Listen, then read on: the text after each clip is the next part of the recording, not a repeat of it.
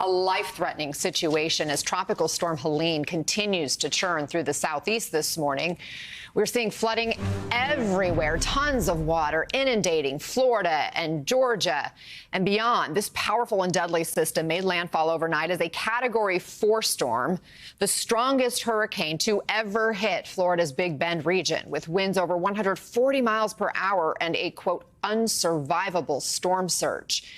The impacts now spreading. A fire department in the Atlanta suburbs releasing this video of a water rescue for a woman, her baby, and their dogs. And this storm is not done yet. Let's get right to NBC's Marissa Parra, who is with rescuers in Tampa. Marissa, what's happening there? Hey there. So I want to kind of set the scene for you. We were out with Hillsborough County Sheriff's Office. I have Corporal Hartford with me, and we were going through the neighborhoods, and this was maybe as recent as a few minutes ago. We're seeing flooded water still several feet high in some of these streets, and it's been almost 12 hours. So you can just imagine how much higher it was. And hopefully maybe our control room can pull up some of the video of what we saw even just as recent as a few minutes ago. And the reason we are no longer on those streets is because Corporal Hartford, you've been working since midnight, right? You have not had a break. Correct. So he's going to officially, I think they're going to swap teams, but I'll just sort of describe for you what we saw, what I have seen the last 24 hours before I ask you a couple questions, because I know you've done several rescues, many rescues overnight. So as you can see, Anna, lots and lots of cleanup to be done. And clearly now we are seeing daylight. We are getting a better scope of the damage. And we know, we have heard from all kinds of regions, whether it's Steinhatchee, whether it's Clearwater, whether it's Horseshoe Beach. I spoke to the mayor and he called it nothing short of catastrophic. And so I think we're going to have a better sense of what that looks like. But I can tell you on the ground what I'm hearing over and over and over again, including from folks like Corporal Hartford who are seeing it firsthand. So many people who told me they've never seen it like this before, and that's very common with a natural disaster. But something like this, the rapid intensification with climate change, it's catching people off guard. People who have lived in Florida their entire lives, who never expected it because they've seen so many hurricanes pass through. Here we have yet another example, just like Hurricane Ian. People dropped their guard, and now Corporal Hartford, you saw many people just in this one vehicle alone. So we're inside of their rescue vehicle. It's an amphibious vehicle. It can go through water and land, and you used this to rescue, you said 24, almost 24 people last night? At least 24, yes. At least 24. What were you seeing? What was the age range? What were the circumstances? And what was the mental frame of mind for the people that you were seeing? Yeah, I mean, we had everything from kids to the elderly. Everyone was in shock. Everyone's kind of sentiment was that they didn't expect this, the storm surge being high, the damage, them not being able to use their vehicles to get out because the water was so high. That was pretty much the consensus of everyone we spoke with last night. You saw people, you said a 97-year-old woman, and she was very afraid, and she was almost in a dire situation, you said. Yeah, she was bedridden, so we actually had to fully get her out here, get her to medical care, and she is now safely at the hospital. Thank goodness, you guys were able to get in contact with her. And I want to talk quickly about this vehicle because this is where people were rescued last night. I mean, you brought them on here. Highlight some of what we're seeing here for us. I mean, the great part about this vehicle is that it can actually float compared to other rescue vehicles we have, because we do have a whole fleet of boats and airboats and other stuff, but there's still places that this tool is going to get us into places where people need help during the storm. So that's going to be the thing that really helps us going forward. The fact that we can get up right to a house, a door or a window, and we can open the front or back door and get someone in. If someone's on a stretcher, we can fit them right here. There's just a lot of different uses that we can do first aid in this vehicle while transporting. We don't have to wait or make choices. We can kind of get into action. And for that 97-year-old woman, this was life-saving. Yes, definitely. It took two of us to carry her out, and then her adult daughter as well. We had to get out, and we got them safely to an ambulance, which was still a couple miles away from their house because the flood water is so bad. And remind me, how long have you had this vehicle before? We literally just got this vehicle within the last year, and actually we've seen its value that the sheriff actually was generous enough to make it a priority to be a part of this year's budget. So that we have two now, and it's been a great tool for us.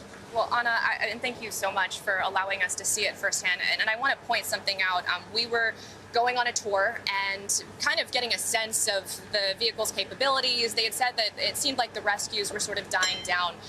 We were driving and we saw these guys got flagged down by someone that was passing by saying, hey, you guys might want to check up on this one house. And we're still awaiting official confirmation, Anna, but I will say that it doesn't look good. It seemed like a very grim situation. I'll just say that. There were a lot of trying and very emotional family members outside of that house. And we don't have more details than that. But Anna, I think that is a very sobering reality here. And I think that that's going to be, unfortunately, something that we see again somewhere else, maybe in another coast, another city, because this is the big fear, the big concern. We heard it from Perry officials, people who didn't evacuate for one reason or another, whether they could or not. They're afraid of what they might find when they check up on those houses. And so, of course, this is a developing situation. We're going to be here all day, but already one that has turned very grim, Anna, as this community is still in the very early stages of recovering and cleaning up. Yeah, I imagine there will be more revelations of just how destructive this storm is and has been. Marissa, thank you, and thanks to those rescuers you're there with for all their efforts to save people and their belongings and their pets and beyond. Thank you, Marissa. Let's turn to meteorologist Bill Cairns, who's been tracking this monster storm. Bill, this is a storm that's moved quickly, but obviously incredibly powerful and is still wreaking havoc in the U.S. Where are we at? Yeah, I think it would surprise a lot of people to learn that there's more people without power in South Carolina right now than Florida. And Florida is where it made landfall. I mean, this storm has just been racing throughout the night up through Georgia. There's like 1 million people without power, Florida and also South Carolina and in Georgia. And the storm itself is now racing up in the mountains of North Carolina. So if you ever been, Mount Mitchell's one of the highest points on all of the East Coast. They just had a wind gust to 108 miles per hour. I mean, of course, there's not much, there's no houses or structures up there, but just still shows you the power of the storm. And they've also reported 20 inches of rain in the last couple days. That's why we have this incredible emergency going on right now. Everywhere you see this like pinkish color here, from Asheville to Greenville, including downtown Atlanta, this is what we call a flash flood emergency. These are only issued when we know there's life-threatening conditions going on. There's water rescues taking place. There's streams and rivers going through homes. There's people trapped in homes that they can't get to. That's taking place in all of these areas, from the Atlanta suburbs, which we showed you some of the video earlier, and then throughout the mountains of North Carolina. This is a horrific disaster. The roads, structures are being washed out. We got numerous dams that are failing, or they're having to open all the gates and release the water, which means it floods downstream. That is happening now all through this region of western North Carolina. And as the storm moves north, we're going to end the rain in these areas. We're just about done in Atlanta and Asheville and Greenville, but the damage is already done, and all that water still has to collect into the rivers. And so it's still going to take a day or two instead of, for the damage to stop occurring. Then we're going to watch tonight and tomorrow. All the rain heads into areas of Tennessee and also Kentucky. We could pick up isolated totals of 4 to 6 inches, but mostly around 2 to 4. So we'll have to watch out for isolated cases of flooding there. And then tornadoes today. We've got a really nasty band of storms that goes from Raleigh down to Wilmington. That's going to kick to the north here up towards Virginia Beach and Norfolk later this afternoon. And this is where we could see isolated tornadoes. We have one tornado warning to the north of Greensboro right now. Looks like our tornado warnings have been dropped down by the Wilmington area, but we're going to have to watch this line as we go throughout the day. So a lot of the storm is slowly weakening on it, but it's still causing just a ton of problems. The water issues in North Carolina are historic. Water is higher and running faster than they've ever seen in that area. And water is often the biggest threat when it comes to life-threatening conditions in hurricanes. Bill Cairns, thank you. And joining us now is Keith Turry. He's the Acting Director of Response and Recovery for FEMA. Keith, thank you for taking the time with us. We know how incredibly busy you must be. This was the strongest storm ever to hit Florida's Big Bend region. Do you have a sense of the damage yet and just how widespread it will be? Yeah, obviously a very significant storm, and I think we're seeing and expecting there to be significant damage throughout Florida, in the Big Bend region, and even going around to the western coast of Florida.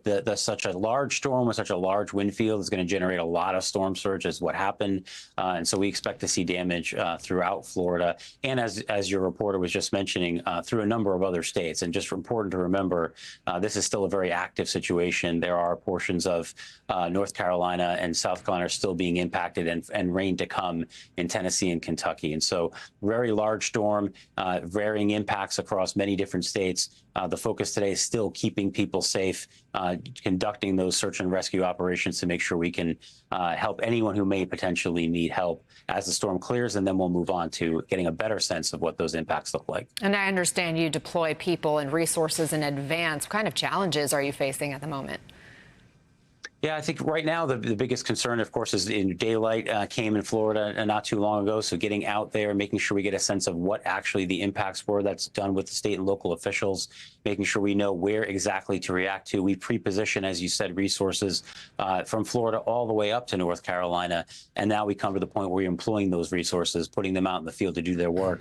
And so getting a sense from where to send them. So doing that quickly, managing those resources appropriately, and then still messaging that even though it's down to a tropical storm, but there are still hazards that are happening. And so making sure people take this seriously throughout the rest of the day and even into tomorrow in some areas. We have already seen deaths reported, 3 in Georgia, 1 in North Carolina, at least 2 in Florida. And of course, that death toll could still climb. What's your fear over the next 24 hours with this storm? Yeah, I mean, our hearts go out to everyone that's impacted by it. It's obviously, we never want to see loss of life. Everything that we're doing with all of our partners in advance is try to minimize the risk to the folks that are in the path. And so, again, that's just an important reminder to make sure that people still do what they can to stay safe. Most people don't realize that a lot of times some of the injuries and fatalities that happen after a storm are in those hours after, either from walking through floodwaters, driving through floodwaters, down power lines, using a generator too close to your home. So the risk is not gone, and that is the ultimate focus for everyone, is to keep people safe. Once we get through that portion, we'll move into an assessment phase with all of our partners at the state and local level, determine what those requirements are going to be for recovery and what other type of support we'll be able to provide.